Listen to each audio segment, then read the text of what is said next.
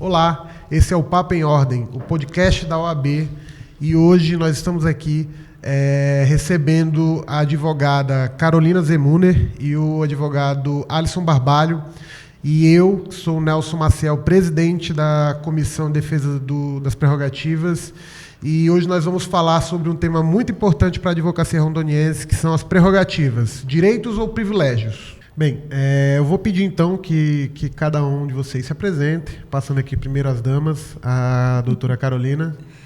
Bom, meu nome é Carolina Zemuner, eu sou advogada, trabalho na Comissão de Defesa das Prerrogativas há 4 anos e meio e estou muito feliz e honrada pelo convite de estar nesse podcast da OAB-RO, falando um pouquinho, batendo um papo sobre direito com 2 colegas tão queridos.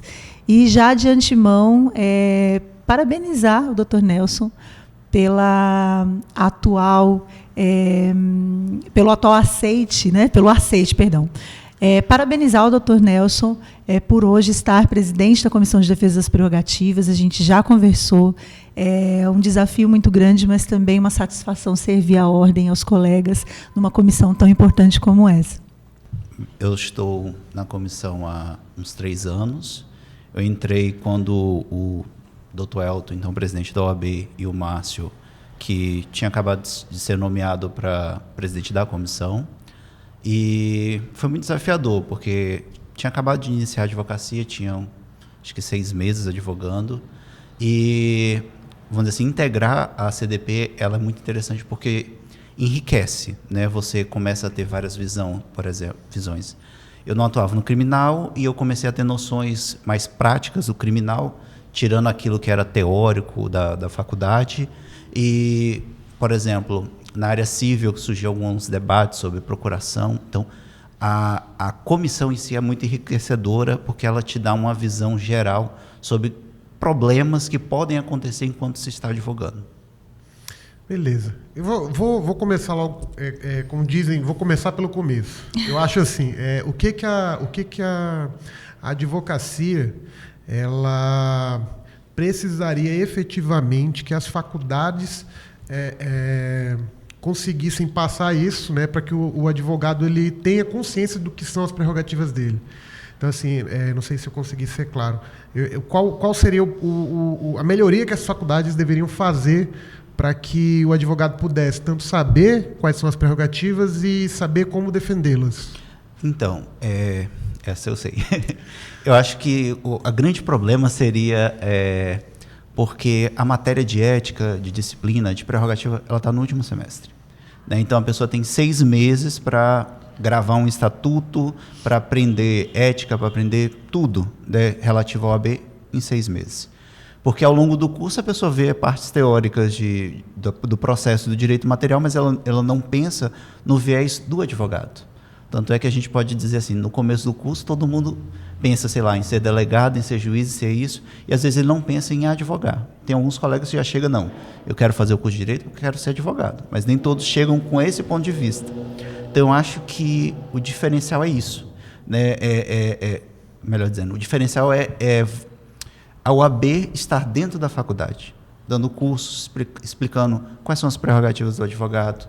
A questão do estágio também, ele é diferencial para motivar a pessoa em conhecer como é que o advogado atua, quais são as prerrogativas, como é que, diante do embate, como é que o advogado se sai, porque a prerrogativa é para isso, é para assegurar que o advogado tenha liberdade para atuar. Uhum. E para que também, por exemplo, empecilhos que às vezes a gente imagina que é lógico que não deve existir, mas acontece na prática, como uma negativa de acesso aos autos, que é algo essencial para o advogado atuar, mas às vezes ele não consegue ter esse acesso. Entendi. Isso é até comum, né? Negativa de acesso aos autos, eu acho que é um dos acionamentos mais corriqueiros que a gente tem aí na Comissão de Prerrogativas, né? Mas, doutora Carol, o que você acha desse, como o doutor Alisson falou, a faculdade ela prepara o aluno para ser bacharel. Essa é a verdade dos fatos. Só que, ao mesmo tempo que ela só prepara para ser bacharel, a maior parte dos alunos dos bacharéis de direito, eles acabam ingressando na advocacia. O que você acha que poderia ser feito pela faculdade ainda? No último semestre, como o Alisson falou, é que a gente vê essa matéria de ética e tudo mais.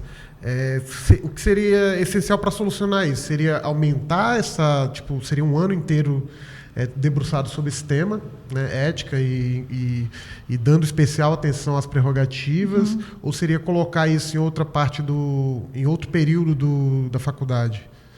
Bom, a academia, em geral, pelo menos no curso de Direito, ela prepara o aluno para que ele saia não só bacharel, mas, em tese, minimamente preparado para aprovar no exame de ordem ou em algum outro concurso. Tanto que nós vemos, por exemplo, eu tenho acesso, né, a alguns estagiários que muitas das questões até das provas são questões retiradas de exames de ordem anteriores, né, de perguntas de concurso, enfim. Mas eu acredito que a ética ela vem trabalhando várias outras questões, né? Lá no Estatuto da Ordem dos Advogados do Brasil, a gente tem várias questões. As prerrogativas são algumas delas. Para aquele advogado, por exemplo, para aquele colega, por exemplo, que sai da faculdade, né, e vai prestar um concurso para a magistratura, por exemplo, ele precisa necessariamente advogar. Então, acredito até que dar uma ênfase maior à prática, ela está até tão relacionada quanto a dar uma ênfase maior às prerrogativas. Porque eu costumo dizer que o advogado ele só vai compreender o que são prerrogativas quando ele advoga. A teoria ela é muito seca, né? Porque hoje, quais são as prerrogativas dos advogados? Nós temos lá o rol todo de mais de 30 prerrogativas previstas no artigo 7º, a partir do artigo 7º do Estatuto da OAB.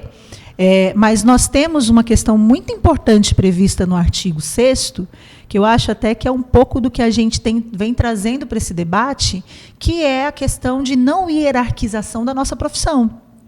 Nós não estamos num nível maior ou menor em relação a outros serventuários da justiça, da administração direta ou indireta, juízes, promotores, desembargadores, delegados de polícia, né?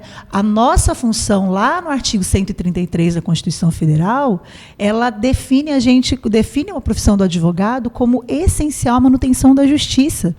Então, as nossas prerrogativas, elas além de serem prerrogativas essenciais para que nós possamos desenvolver as nossas atividades como advogados, prestando as nossas atividades, os nossos serviços como advogados, elas também servem para garantir que a gente não pare no meio do caminho, né? Que não exista nenhum tipo de freio em relação ao desenvolvimento da nossa profissão.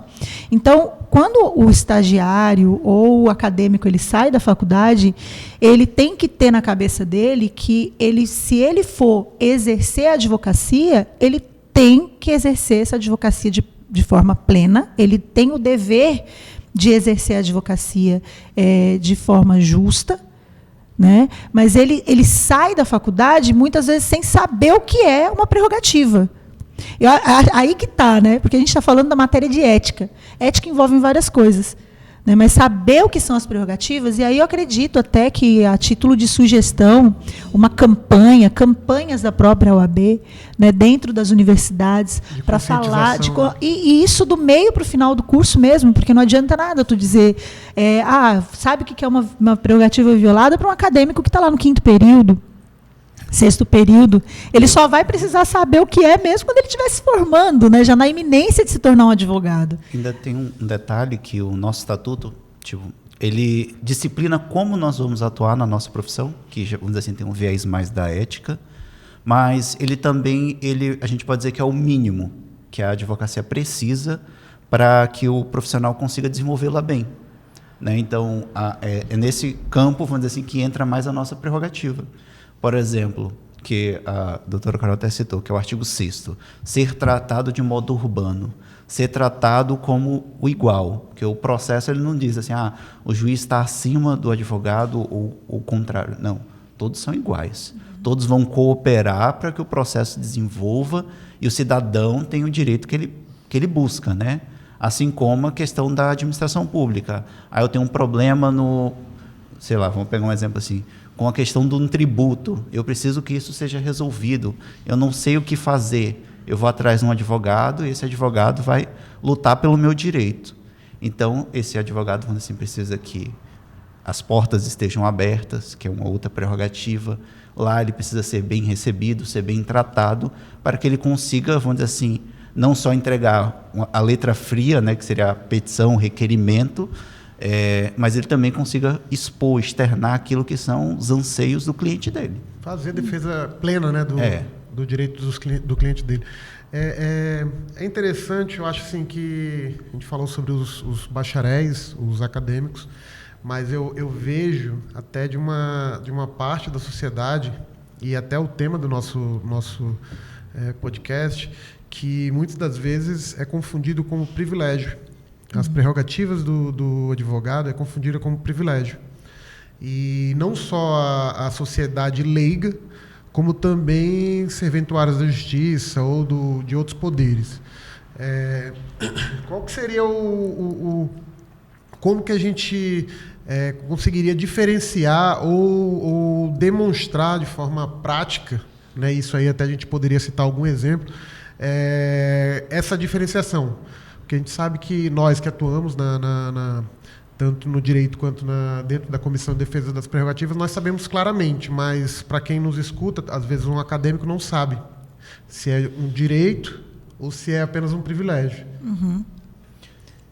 Então, eu até fiquei pensando num exemplo, né? Então, o privilégio está muito ligado da época dos reis, do império, né? Então, o nobre, por exemplo, ele tinha um privilégio de ter terra, né? E enquanto um burguês, né, uma pessoa que vem desenvolvendo a sua atividade liberal, um mercador, ele não tinha acesso à terra. O nobre tinha um privilégio da terra. Ele podia ter o dinheiro para comprar a terra, mas ele não podia ter a terra, porque ele não tinha esse privilégio. Então, o privilégio ele é algo para um grupo específico que só beneficia esse mesmo grupo. Já a prerrogativa é diferente. Ela é um instrumento essencial para que, por exemplo, a nossa profissão, o advogado, possa garantir direitos para o cidadão. Assim como, por exemplo, a magistratura tem as suas prerrogativas.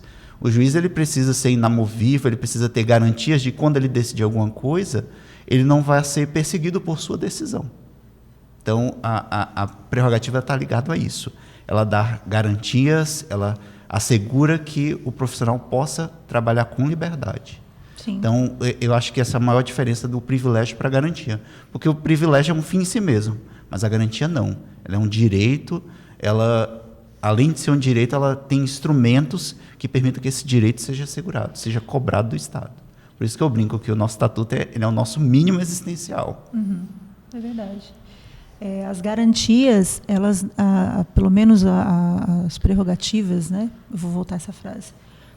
As prerrogativas, elas são uma garantia de indispensável para que a gente consiga, enquanto profissionais, alcançar essa nossa função social.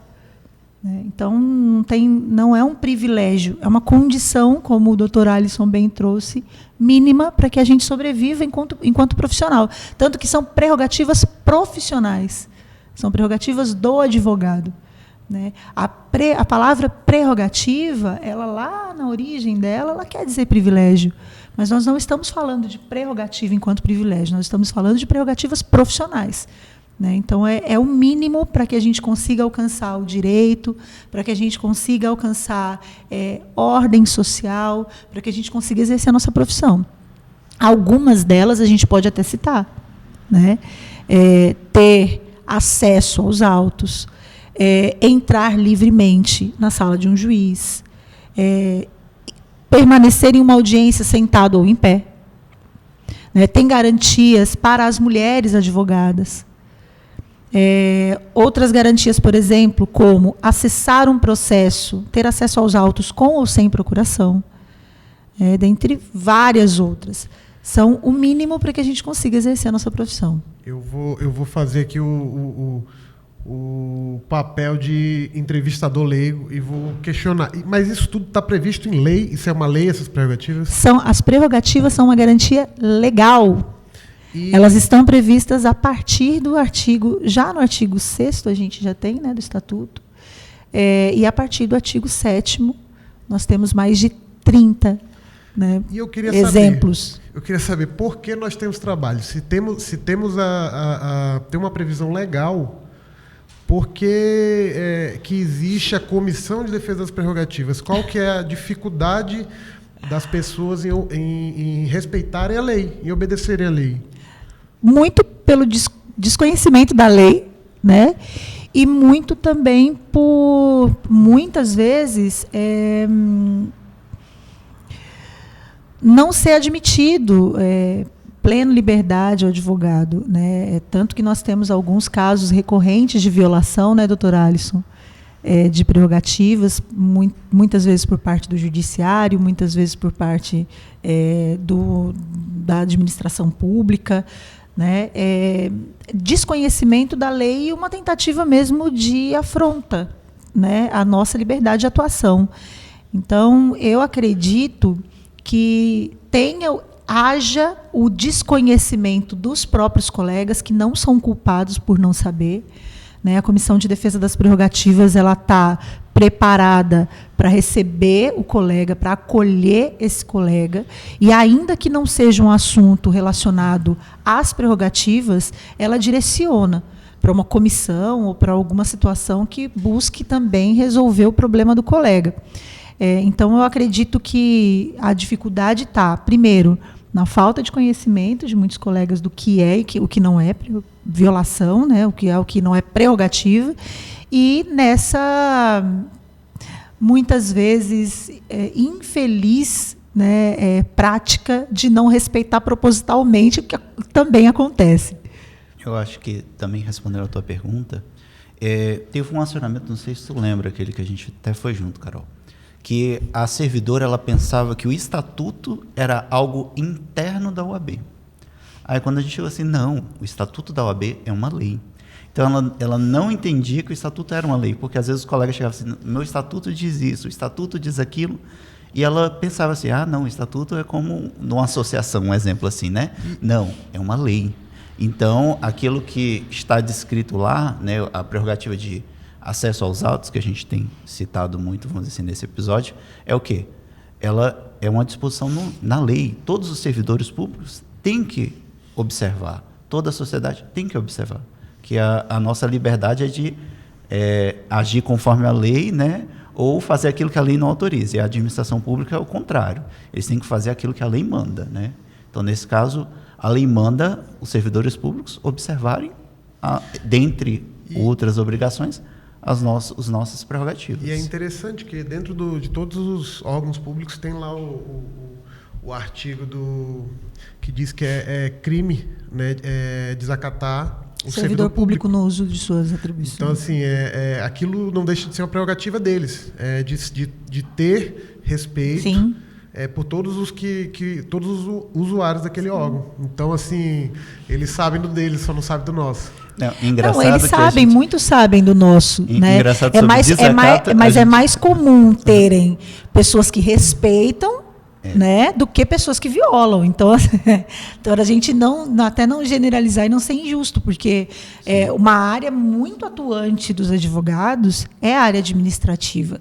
E muitos servidores, pelo menos eu acredito que em 100% dos acionamentos que nós tivemos presentes, que houveram, sei não, porque a gente tem alguns assuntos no previdenciário que são um pouco mais complicados e que dependem de legislação também para que sejam cumpridos, né? Como o advogado acompanhar o seu cliente numa perícia médica. A gente ainda tem aí uma legislação que ela está em aberto. Então, o CRM tem um entendimento e a advocacia tem outro, né? Então, assim, tem questões que elas ainda são um pouco... Vamos dizer assim, uma área cinzenta. Umas áreas assim que você falou, né? A gente não está sabendo muito bem aqui como é que faz, tem uma discussão em outros níveis, é diferente. Agora, em todos os lugares que nós estivemos, enquanto comissão, enquanto acionados, e que houve violação das prerrogativas, em que nós constatamos que houve a violação de prerrogativas, e esses órgãos públicos, ou esses serventuários, ou esses servidores foram orientados, eles e suas chefias, eu não vi muita recorrência nesses lugares, né?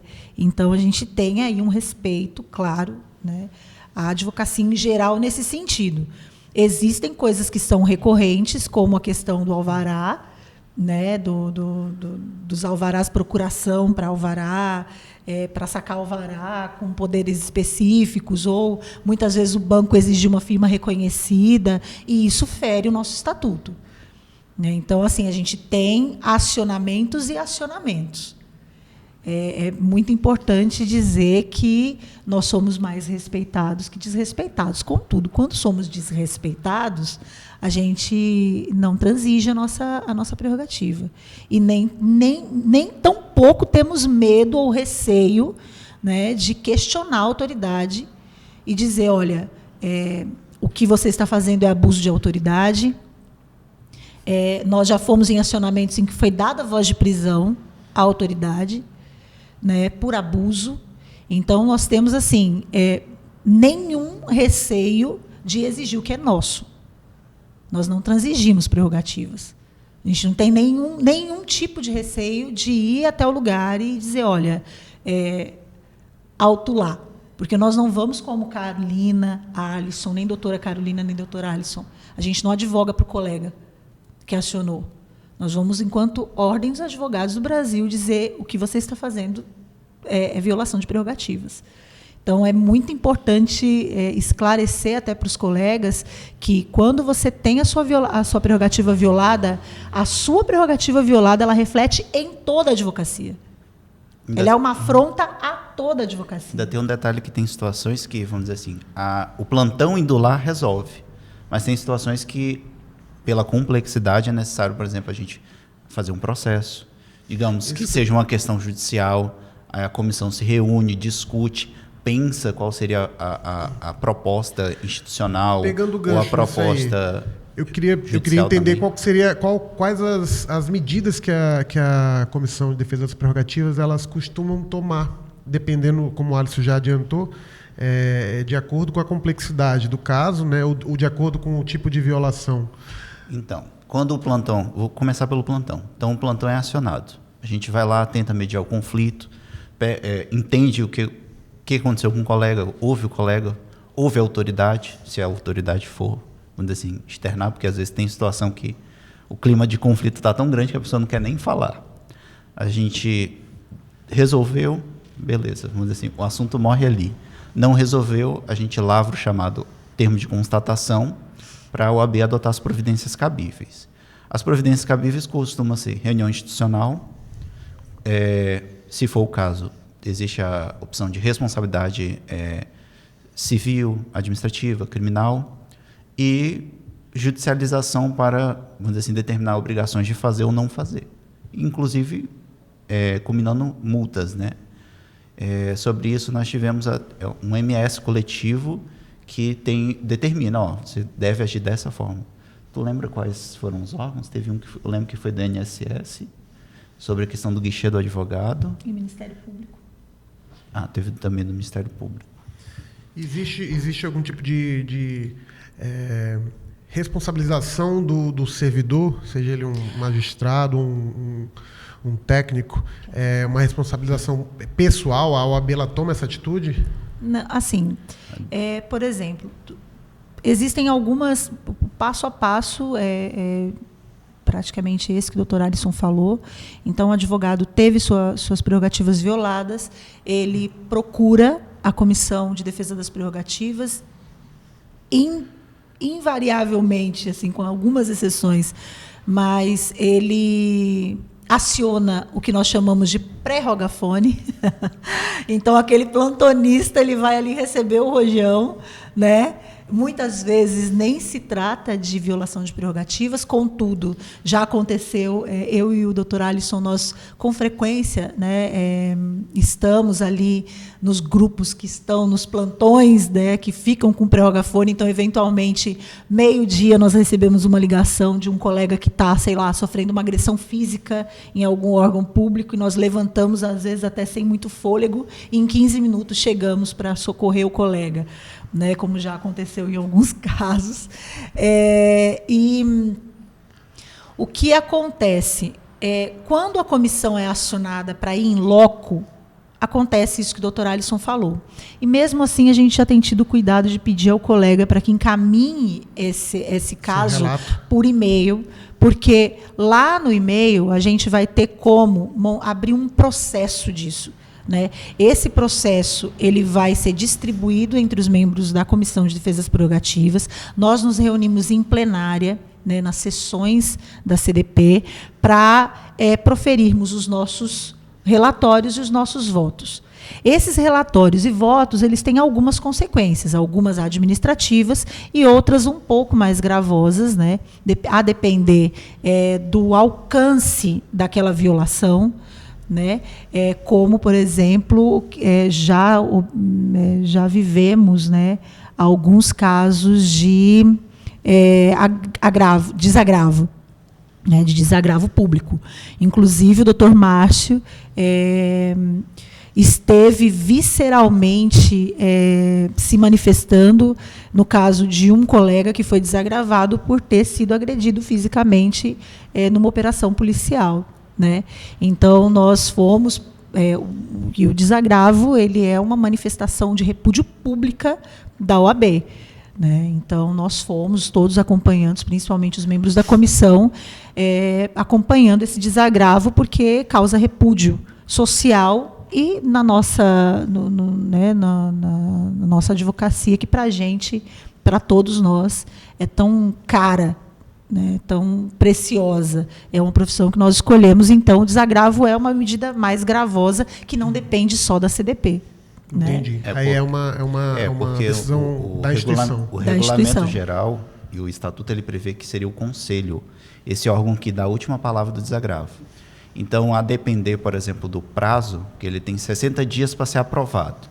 Então, se o prazo, vamos dizer assim, está longo, está dentro desses 60 dias, a CDP se manifesta, verifica, caso de desagravo, independente se a CDP disser sim ou não, ele, vamos dizer assim, vamos dizer que seria uma remessa necessária. A gente manda para o conselho reanalisar.